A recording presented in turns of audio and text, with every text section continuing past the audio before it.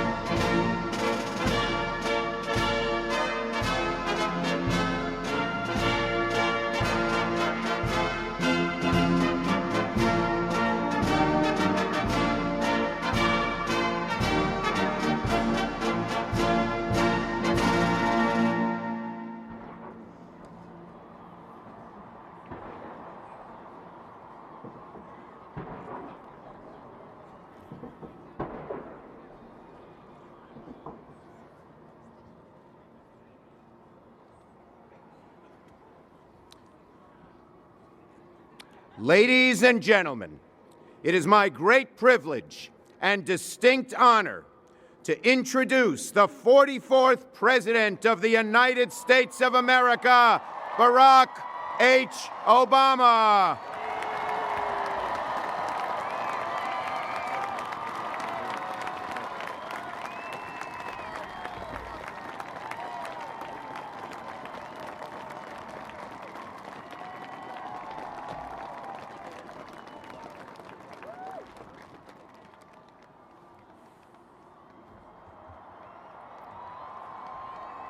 Thank you.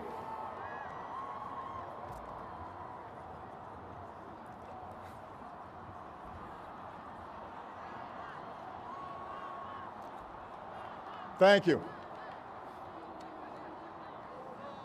Thank you so much.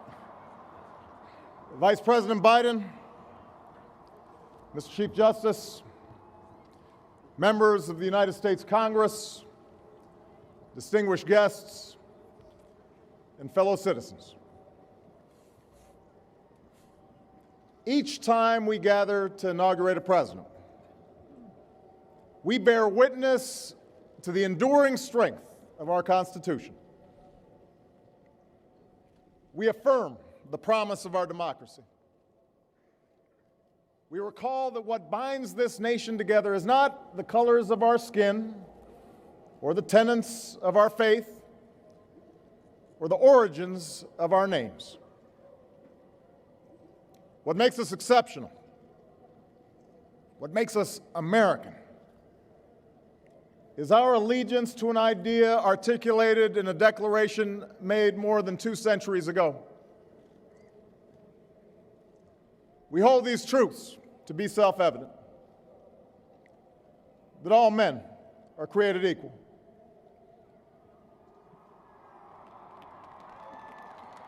that they are endowed by their Creator with certain unalienable rights,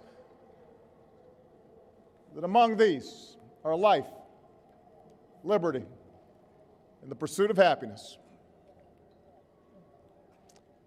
Today, we continue a never-ending journey to bridge the meaning of those words with the realities of our time.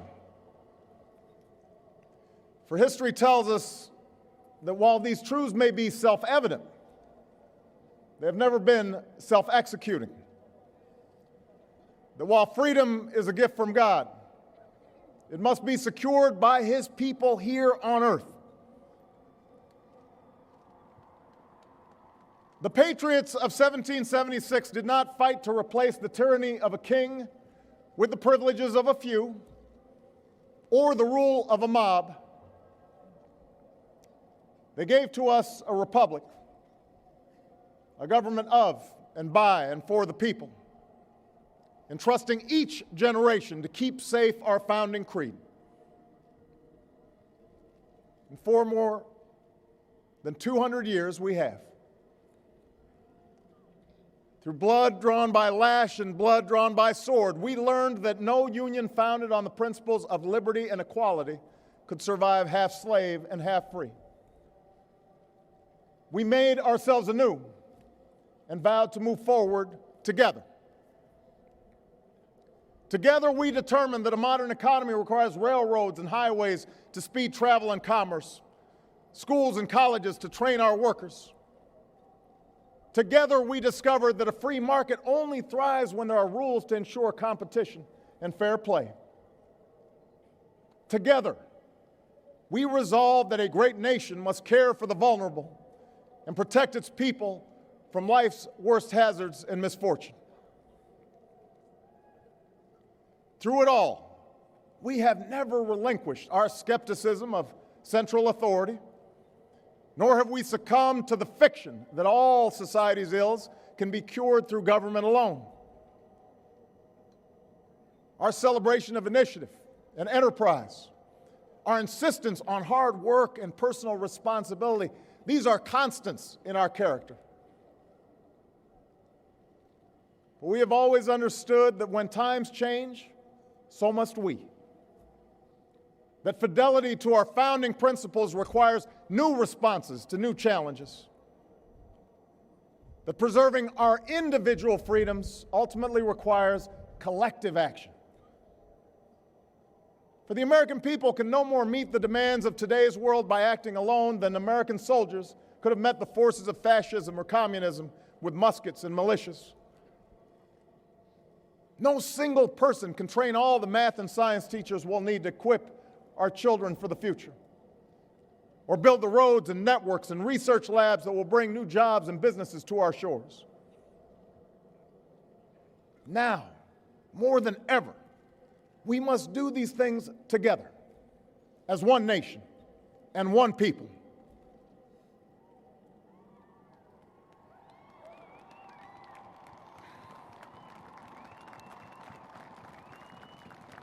This generation of Americans has been tested by crises that steeled our resolve and proved our resilience. A decade of war is now ending.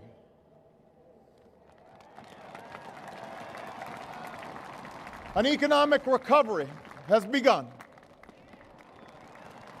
America's possibilities are limitless, for we possess all the qualities that this world without boundaries demands: youth and drive, diversity and openness, an endless capacity for risk, and a gift for reinvention.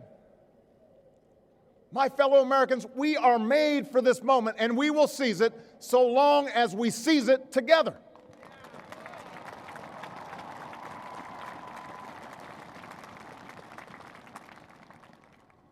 For we, the people, understand that our country cannot succeed when a shrinking few do very well and a growing many barely make it. We believe that America's prosperity must rest upon the broad shoulders of a rising middle class.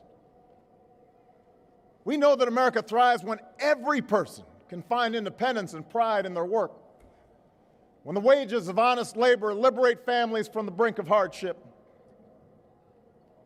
We are true to our creed when a little girl born into the bleakest poverty knows that she has the same chance to succeed as anybody else because she is an American, she is free, and she is equal not just in the eyes of God, but also in our own.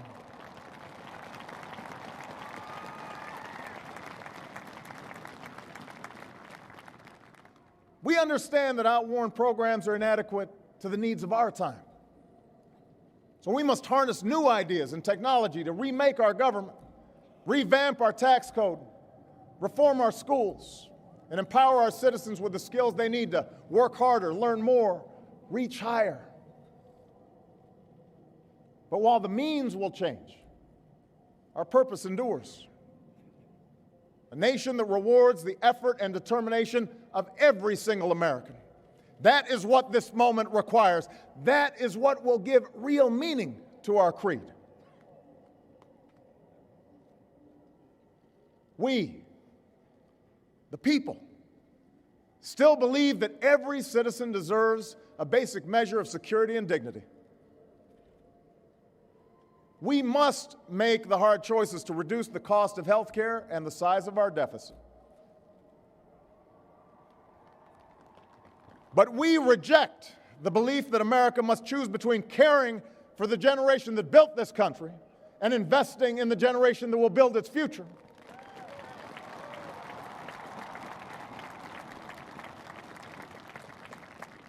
For we remember the lessons of our past, when twilight years were spent in poverty and parents of a child with a disability had nowhere to turn. We do not believe that in this country freedom is reserved for the lucky or happiness for the few. We recognize that no matter how responsibly we live our lives, any one of us, at any time, may face a job loss or a sudden illness or a home swept away in a terrible storm. The commitments we make to each other through Medicare and Medicaid and Social Security, these things do not sap our initiative, they strengthen us. They do not make us a nation of takers, they free us to take the risks that make this country great.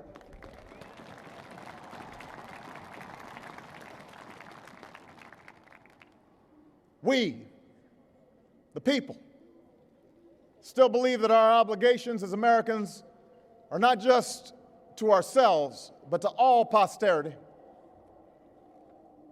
We will respond to the threat of climate change, knowing that the failure to do so would betray our children and future generations.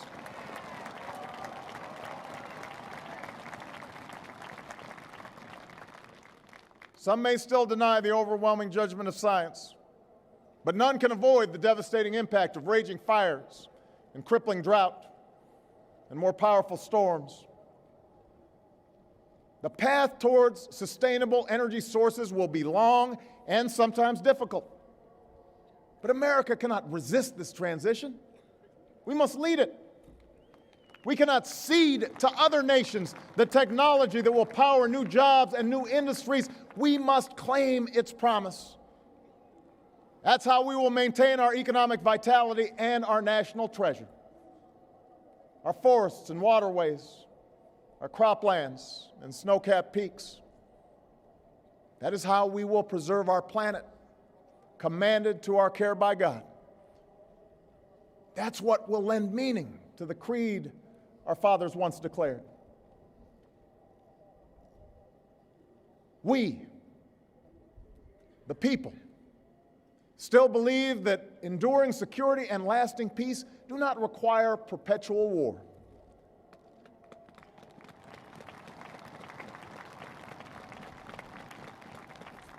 Our brave men and women in uniform, tempered by the flames of battle, are unmatched in skill and courage. Our citizens, seared by the memory of those we have lost, know too well the price that is paid for liberty.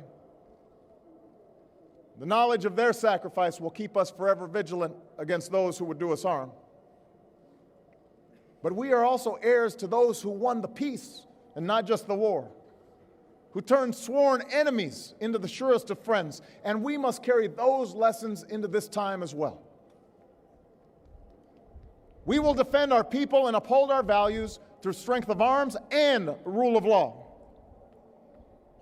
We will show the courage to try and resolve our differences with other nations peacefully, not because we are naive about the dangers we face, but because engagement can more durably lift suspicion and fear. America will remain the anchor of strong alliances in every corner of the globe.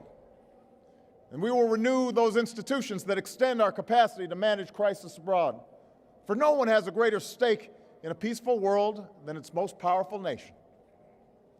We will support democracy from Asia to Africa, from the Americas to the Middle East, because our interests and our conscience compel us to act on behalf of those who long for freedom. And we must be a source of hope to the poor, the sick, the marginalized, the victims of prejudice, not out of mere charity, but because peace in our time requires the constant advance of those principles that our common creed describes: tolerance and opportunity, human dignity, and justice.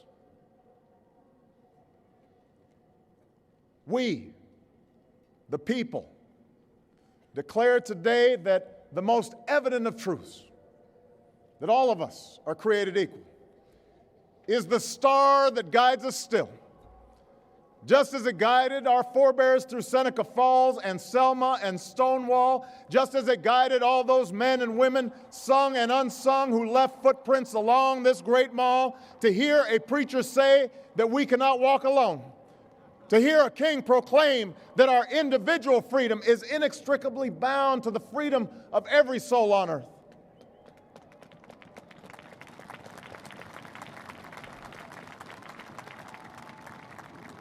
It is now our generation's task to carry on what those pioneers began.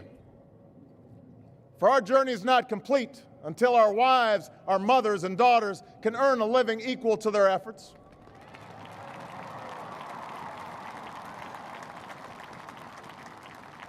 Our journey is not complete until our gay brothers and sisters are treated like anyone else under the law. For if we are truly created equal, then surely the love we commit to one another must be equal as well.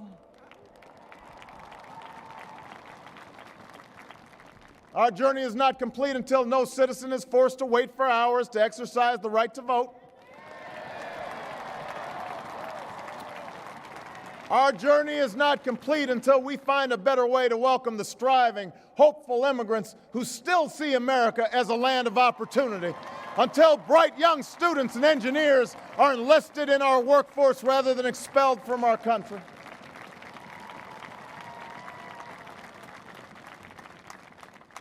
Our journey is not complete until all our children, from the streets of Detroit to the hills of Appalachia to the quiet lanes of Newtown, know that they are cared for and cherished and always safe from harm. That is our generation's task, to make these words, these rights, these values of life and liberty and the pursuit of happiness real for every American. Being true to our founding documents does not require us to agree on every contour of life. It does not mean we all define liberty in exactly the same way or follow the same precise path to happiness. Progress does not compel us to settle centuries-long debates about the role of government for all time, but it does require us to act in our time.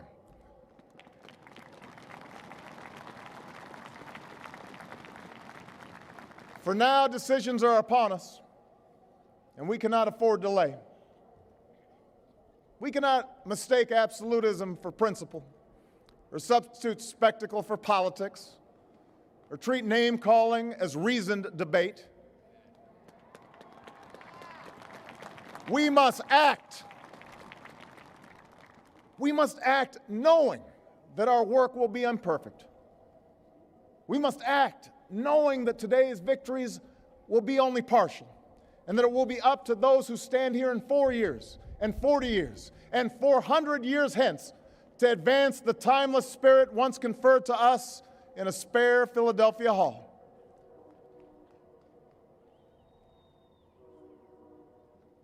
My fellow Americans, the oath I have sworn before you today, like the one recited by others who serve in this Capitol, was an oath to God and country, not party or faction. And we must faithfully execute that pledge during the duration of our service. But the words I spoke today are not so different from the oath that is taken each time a soldier signs up for duty. or an immigrant realizes her dream. My oath is not so different from the pledge we all make to the flag that waves above and that fills our hearts with pride. They are the words of citizens, and they represent our greatest hope. You and I, as citizens, have the power to set this country's course. You and I, as citizens, have the obligation to shape the debates of our time, not only with the votes we cast, but with the voices we lift in defense of our most ancient values and enduring ideals. Let us, each of us now, embrace with solemn duty and awesome joy what is our lasting birthright. With common effort and common purpose, with passion and dedication, let us answer the call of history and carry into an uncertain future that precious light of freedom. Thank you, God bless you, and may He forever bless these United States of America.